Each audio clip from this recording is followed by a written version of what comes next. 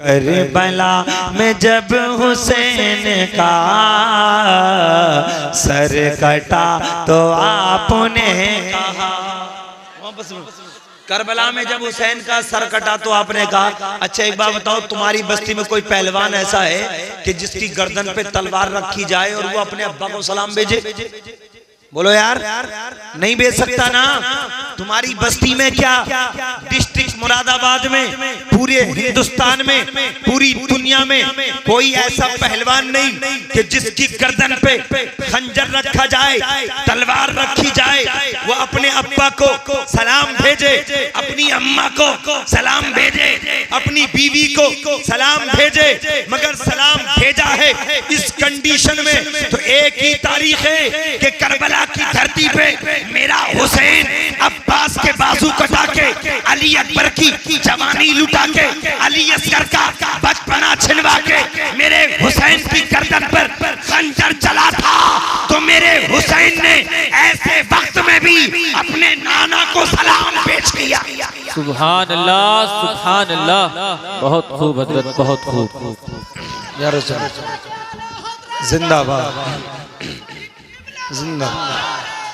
अल्लाह अकबर। मोहब्बत से बोलूंगा सुभान अल्लाह, सुभान अल्लाह, सुभान बोलो या रसूल अल्लाह, या रसूल अल्लाह। करबला में जब हुसैन का सर कटा तो आपने कहा। करबला में जब हुसैन का सर कटा तो आपने कहा। करबला में जब हुसैन का सर कटा तो आपने कहा।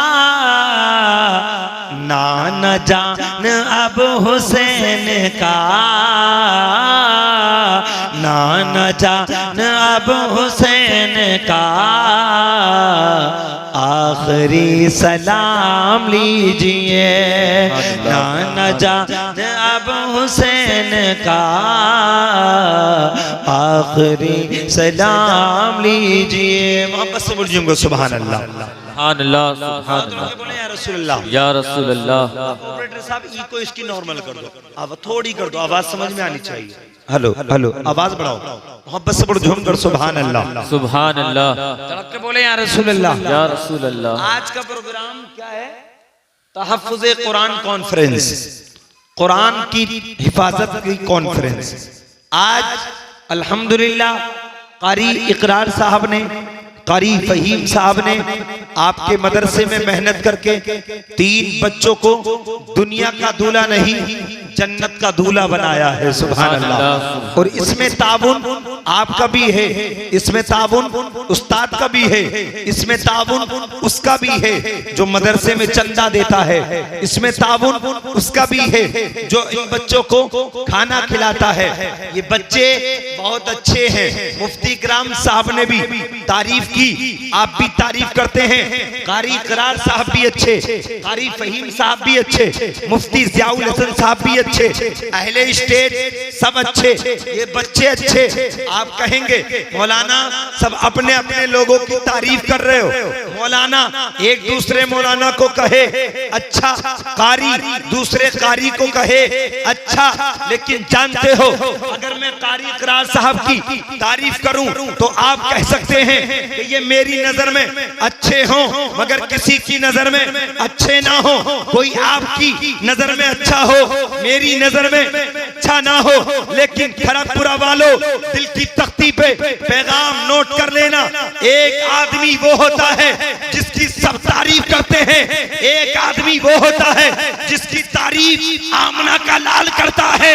एक आदमी अच्छा हो सकता है, बुरा भी हो, लेकिन जिसकी तारीफ आमना का लाल कर दे वो बुरा नहीं हो सकता, वो सब में अच्छा होता। सुभान अल्लाह, सुभान अल्लाह।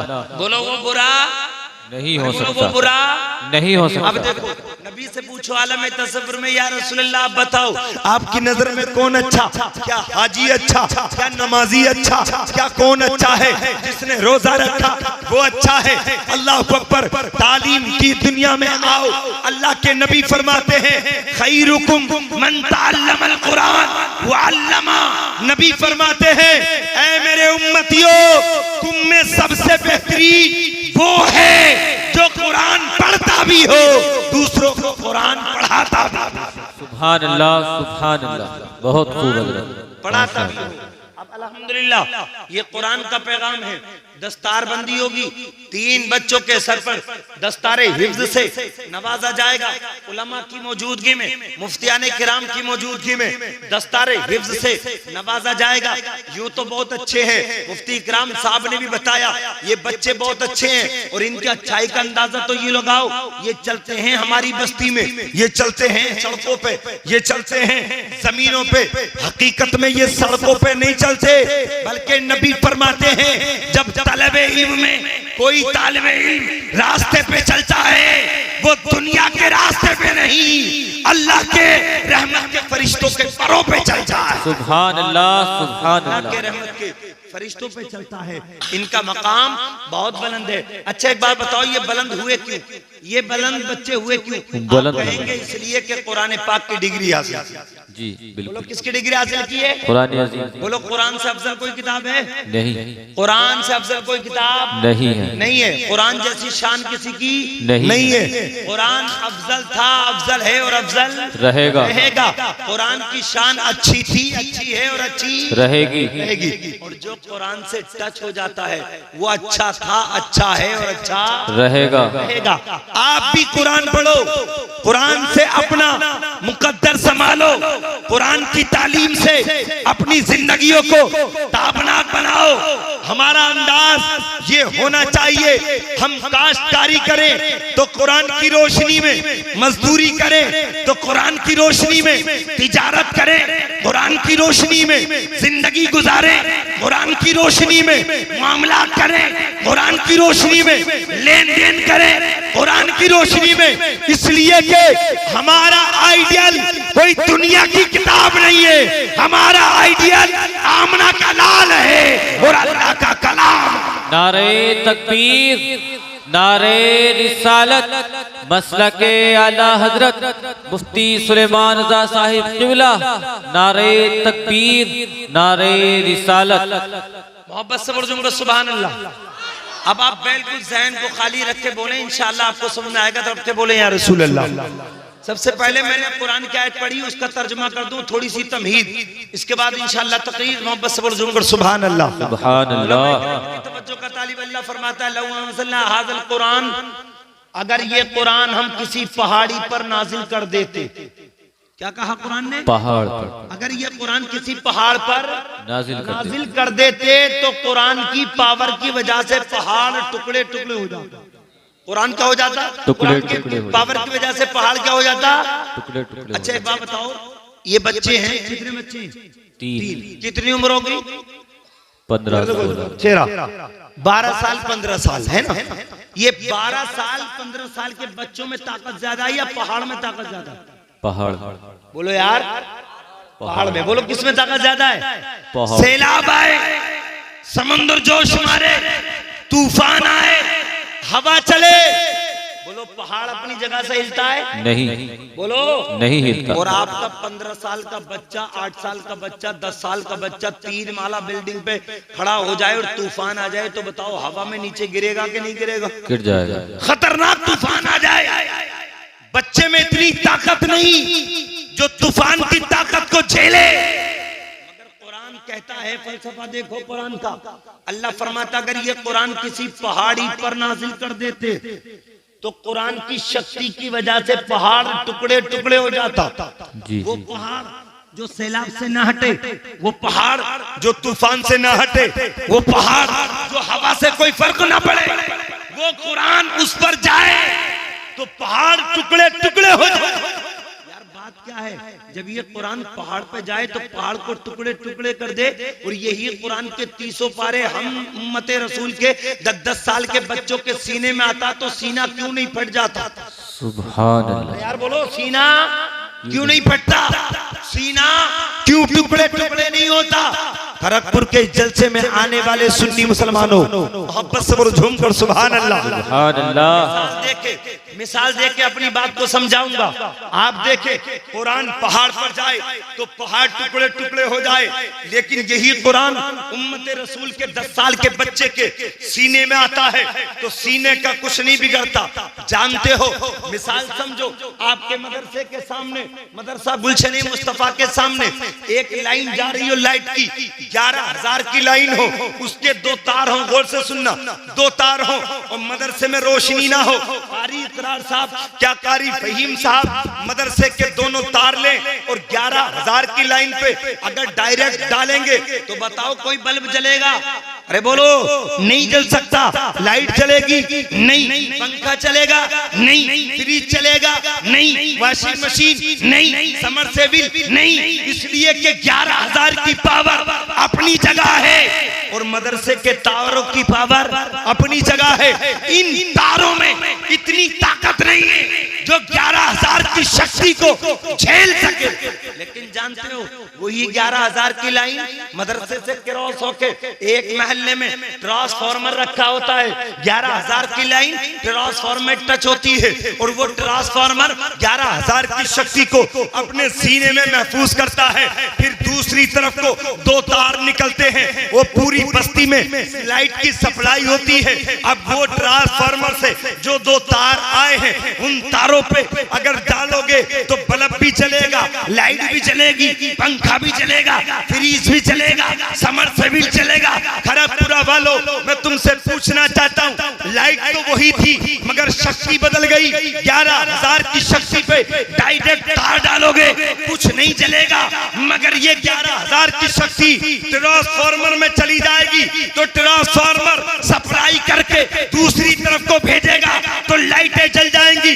बिल्कुल इसी तरीके से कुरान सुपर पावर है, कुरान की शक्ति बहुत बुलंद है। अगर ये कुरान डायरेक्ट पहाड़ी पे जाए तो पहाड़ टुकड़े टुकड़े हो जाए, यही कुरान डायरेक्ट हमारे सीनों में आए तो ये कुरान की वजह से हमारा सीना भी छल्ली हो जाएगा।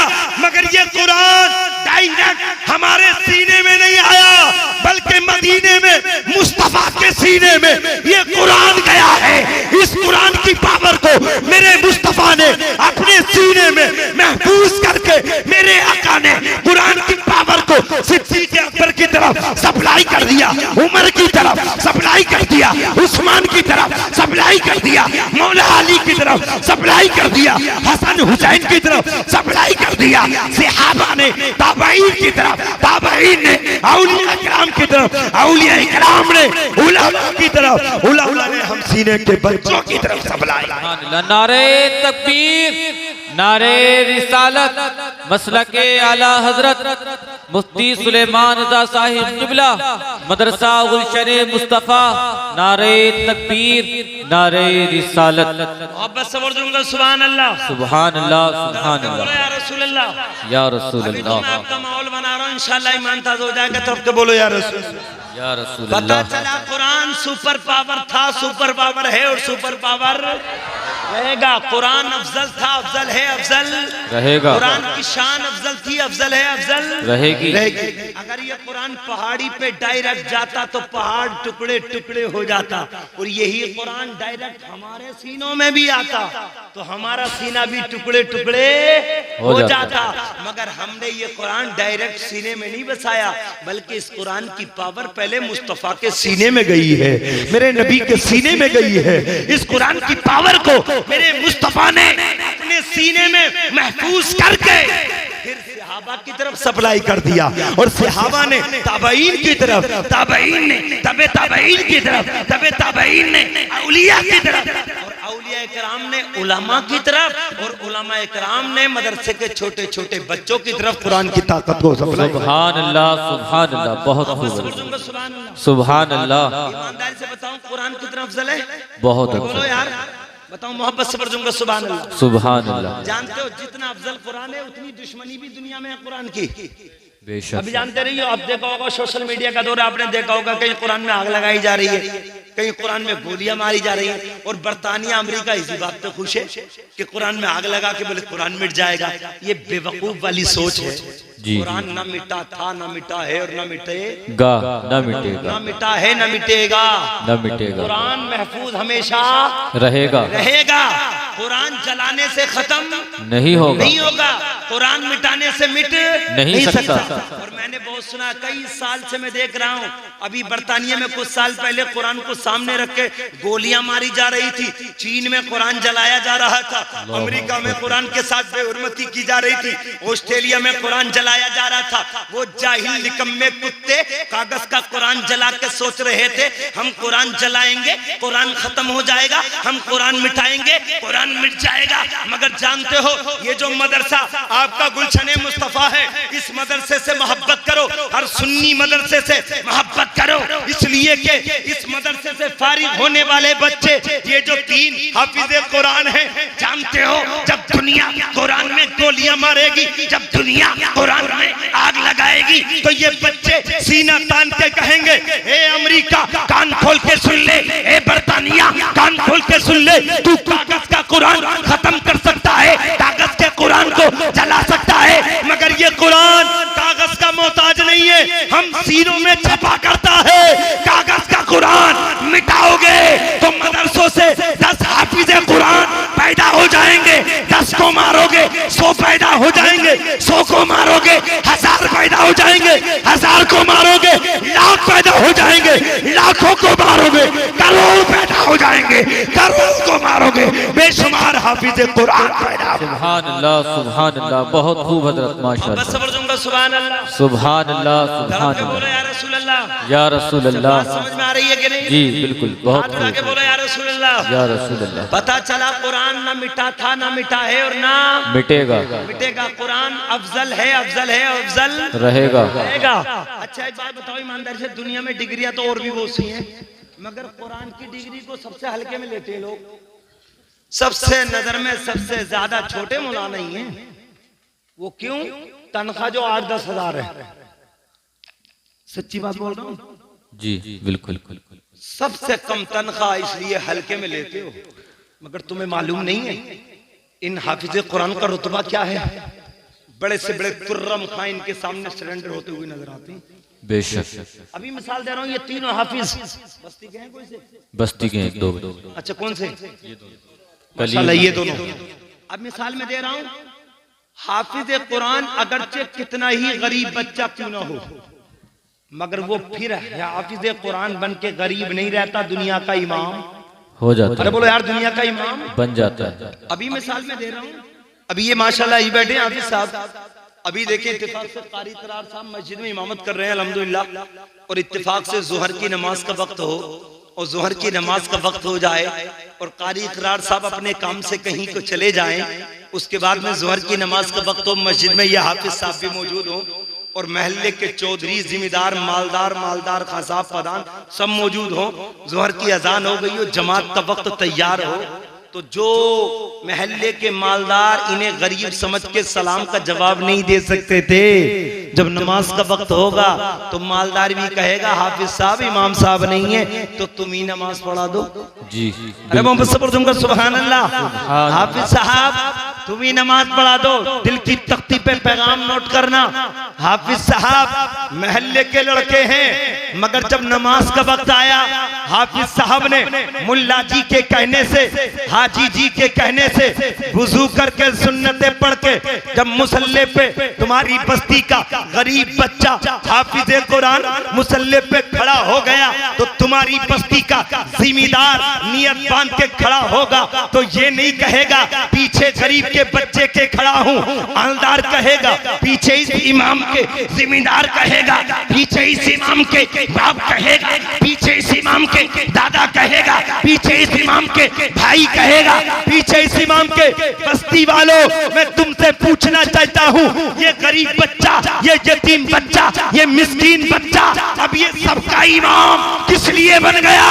तो तुम जवाब दोगे, जो बच्चा कुरान पाक की डिग्री को सीने में महफूज कर लेता है, वो गुलाम नहीं रहता, वो दुनिया का इमाम बन जाता है। सुभान अल्लाह। नारे तकबीर, नारे रिसालत, मसलके आला हजरत मुफ्ती सुलेमान रजा साहिब किबला, मदरसा गुलशन मुस्तफा, नारे तकबीर, नारे रिसालत। बस सब लोग सुभान अल्लाह, सुभान अल्लाह, सुभान अल्लाह। एक बात करो, थोड़ा सा सर्वे कर लो, थोड़ा सा तहकीकी मामले में आओ।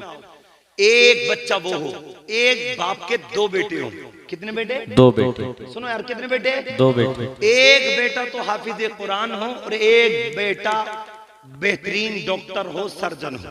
जी बिल्कुल। सुनना गौर से, एक ही बाप के दो बेटे, एक हाफिज जी, मौलाना जी, कारी साहब, और एक सर्जन डॉक्टर MBBS। अब जानते हो फर्क देखो डिग्रियों में। तुम कहते हो बड़ा तो डॉक्टर है, अरे यार जिसकी कहीं जरूरत ना पड़े वो तुम बड़ा समझते हो, और जिसकी पैदाइश के बाद कान में अजान की जरूरत भी पड़े वही तो बड़ा होता है यार। बेशक बेशक, सुभान। हमारे यहाँ बच्चा पैदा हो तो जरूरत किसकी? इमाम साहब। और जब जवान हो जाए तो निकाह में जरूरत किसकी? इमाम साहब। इमाम साहब की। मर जाए तो नमाज जनाजे में जरूरत इमाम साहब। यार हर जगह जरूरत पड़ रही है इमाम साहब की, फिर भी छोटे इमाम साहब ही है ना। मगर सुनो ईमानदारी से, मोहब्बत से जुमकर सुभान अल्लाह, सुभान अल्लाह। डिग्री किसकी बड़ी है, किसकी शान बड़ी है? पैसा बेशक सर्जन कमा सकता है, MBBS डॉक्टर ज्यादा दौलत कमा सकता है, मगर मकाम हाफिज कुरान का बड़ा है। अब दोनों बच्चों का जायजा लो, वो जो डॉक्टर है, सर्जन है, उससे पूछो, ए बेटा तूने 15-20 साल मेहनत की है, पढ़ाई की है, तू डॉक्टर बना है, सर्जन बना है, बता तू अपनी डिग्री से कहां कहां काम कर सकता है?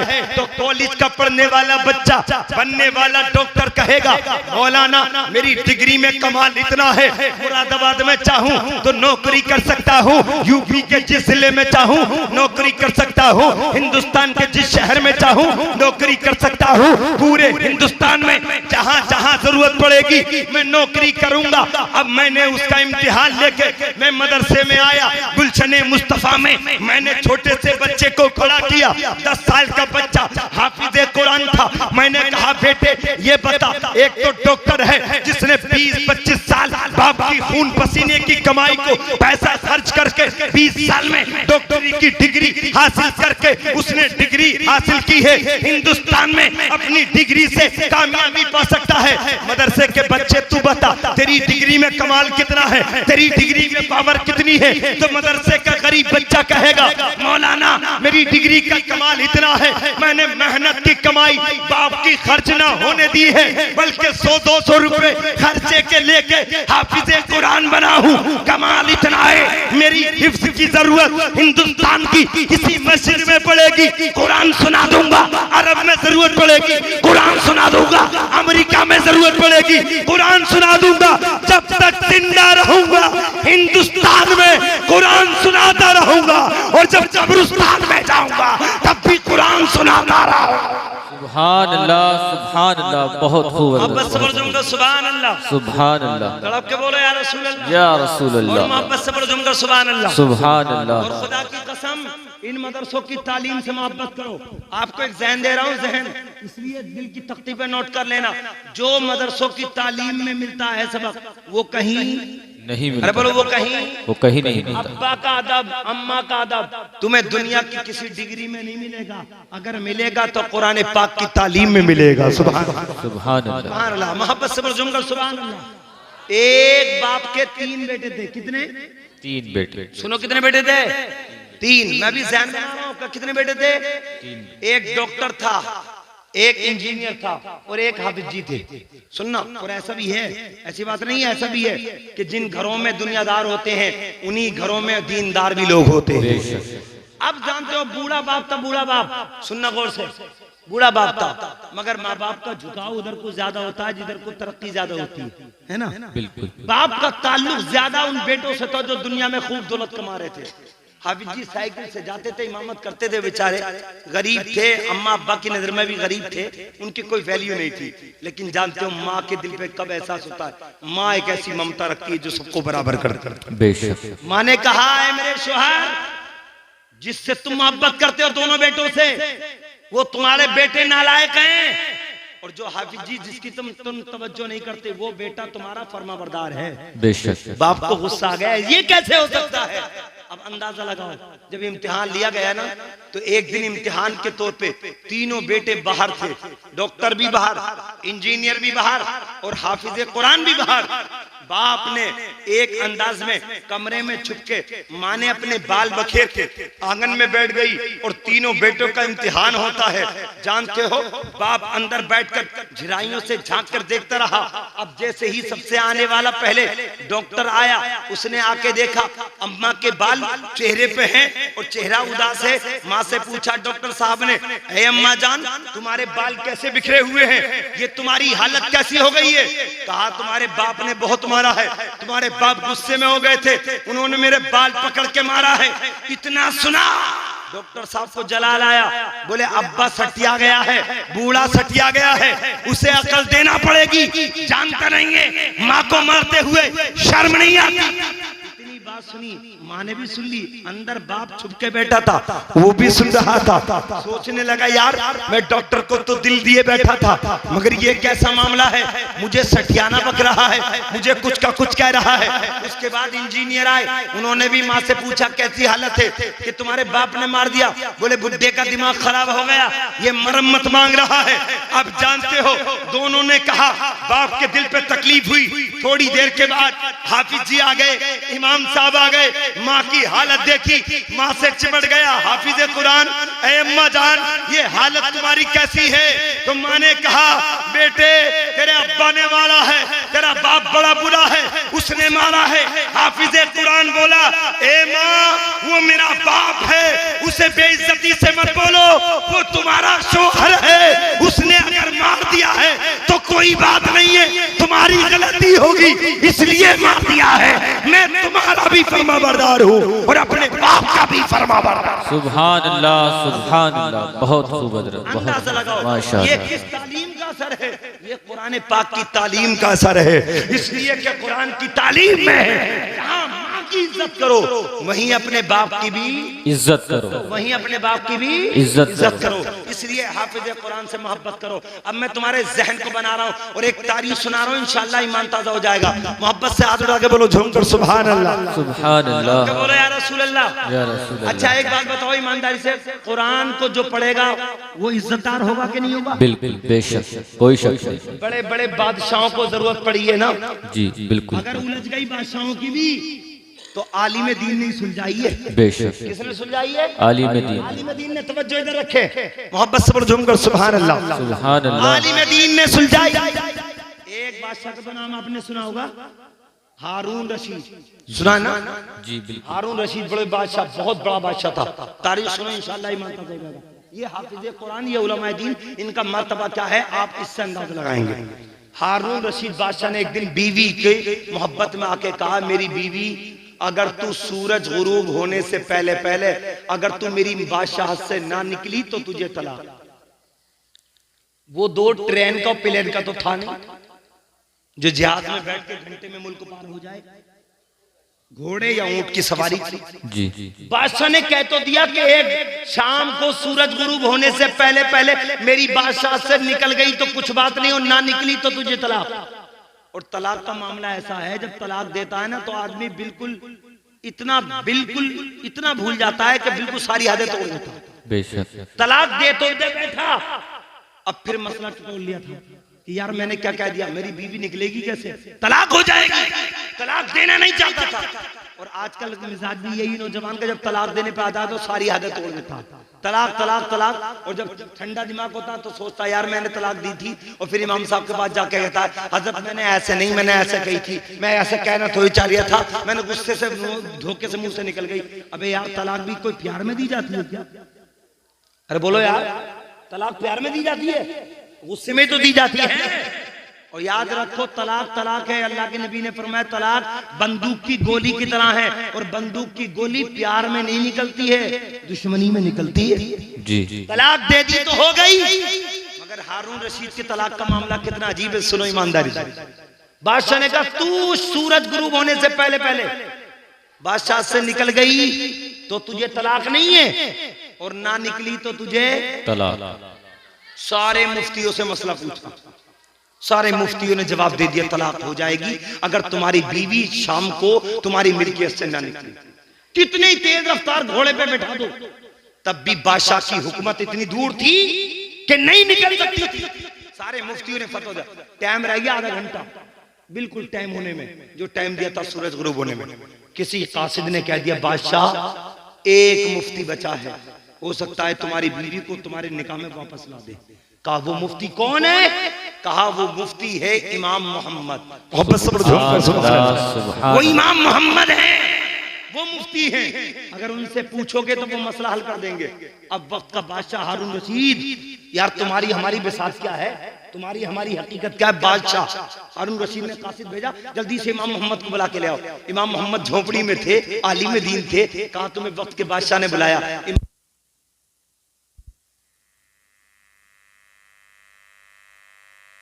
नहीं है, हम नबी के गुलामों को बादशाहों की जरूरत नहीं पड़ती। अगर बादशाह को हमारी जरूरत है तो बादशाह खुद चल के आए, उसका मसला हम सुलझा देंगे इंशाअल्लाह। सुभान अल्लाह, सुभान अल्लाह।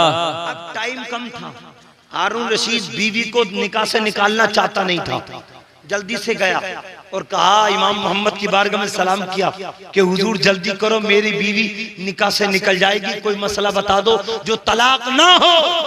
इमाम मोहम्मद ने फरमाया बादशाह हल्के में मत ले, जिस घोड़े पे तू सवार होता है शान के साथ, उस घोड़े की लगाम पकड़ के तू ले आ, और नबी का गुलाम उस घोड़े पे सवार होके जाएगा। सुभान अल्लाह। इमाम मोहम्मद बैठे, घोड़े की लगाम हारून रशीद के हाथ में, दरबार में पहुंच गए इमाम मोहम्मद आलिम दीन, और भरा दरबार है और तमाम लोग बैठे हैं, मुफ्ती भी बैठे हैं। हारून रशीद बादशाह से इमाम मोहम्मद ने फरमाया ये बता तूने क्या मसला किया था? तो कहा कि मैंने ऐसा कहा था, मेरी बादशाह से ना निकली तो तुझे तलाक है, बिल्कुल वक्त होने वाला है, कोई घोड़ा इतना तेज रफ्तार नहीं जो मेरी बीवी को मेरी बादशाह से निकाल दे, जल्दी करो। इमाम मोहम्मद ने फरमाया हुकूमत अपनी मेरे नाम कर देगा, मोहब्बत से झूम कर सुभान अल्लाह, हुकूमत अपनी मेरे नाम कर देगा।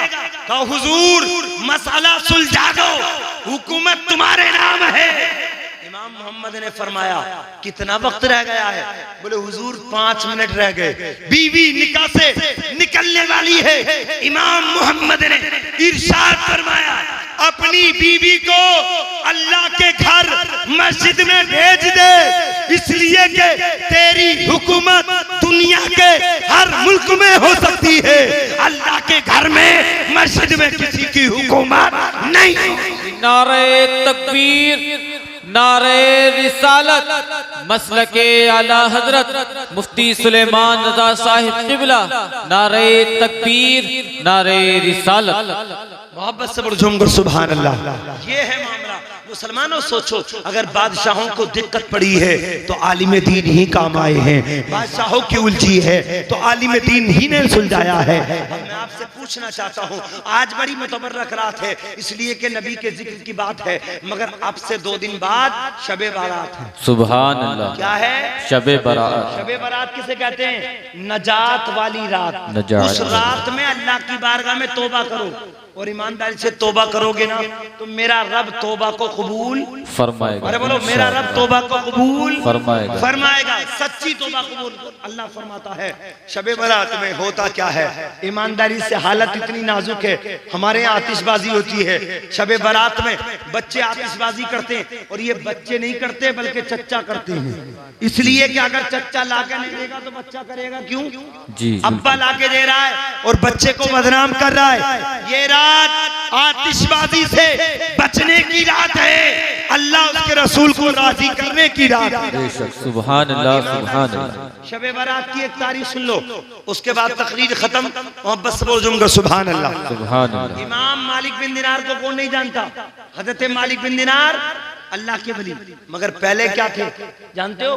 पहले शराबी कबाबी, नंबर 1 शराबी। इतने ठेके चलते थे शराब के मालिक बिन दिनार के, 24 घंटे नशे में धुत रहते थे।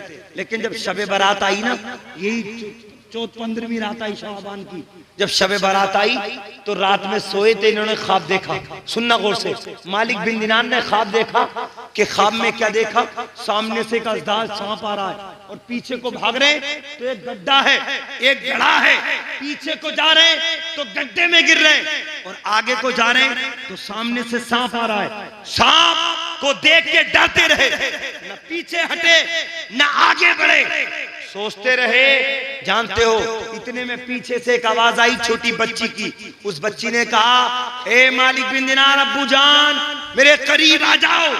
ख्वाब में देख रहे मालिक बिन दिनार ने बच्ची की आवाज को सुना, अपनी बच्ची की तरफ को दौड़े, बच्ची ने हाथ रखा मालिक बिन दिनार पे तो अजदहा दूर भाग गया, वो गड्ढा भी दूर हो गया और एकदम बागीचे में आ गए।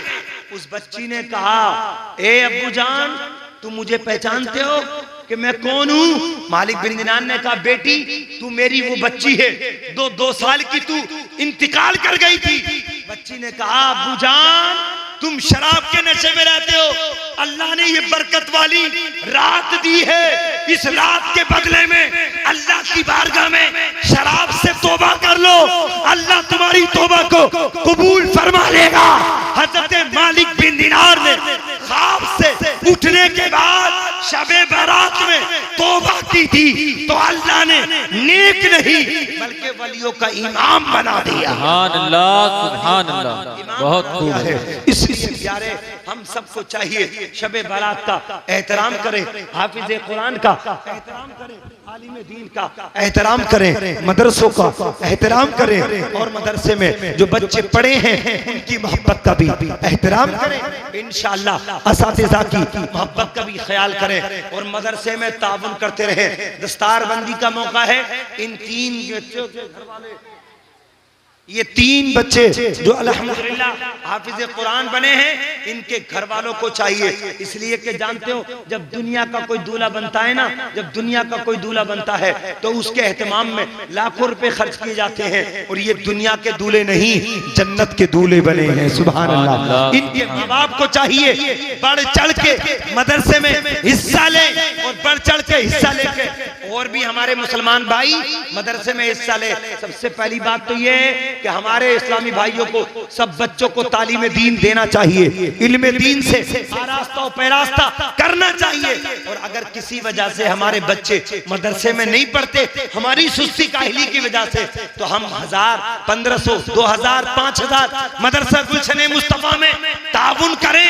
ना पता कौन सा गरीब बच्चा हमारे रुपए का खर्च करके आलिम दीन बन जाए, और उसका मामला ये होगा कि जब तक वो आलिम दीन का काम करता रहेगा उसे भी सवाब मिलता रहेगा, और जिसने उसे पैसा खर्च किया है उसे भी सवाब मिलता रहेगा। सुभान अल्लाह, सुभान अल्लाह। आपसे कोशिश करूंगा इंशाअल्लाह दस्तारबंदी के बाद आप जो 3 घर के बच्चे हैं, बच्चों के 3 घर वाले हैं, वो भी खूब ताउन करें, और जो हमारे इस्लामी भाई हैं, दीगर इस्लामी भाई, वो भी मदरसे के लिए ताउन करें, और ताउन ऐसा करें इसलिए कि ये समझ के ताउन करें कि मदरसा हमसे नहीं चल रहा है बल्कि मुस्तफा का करम हम पे हो रहा है।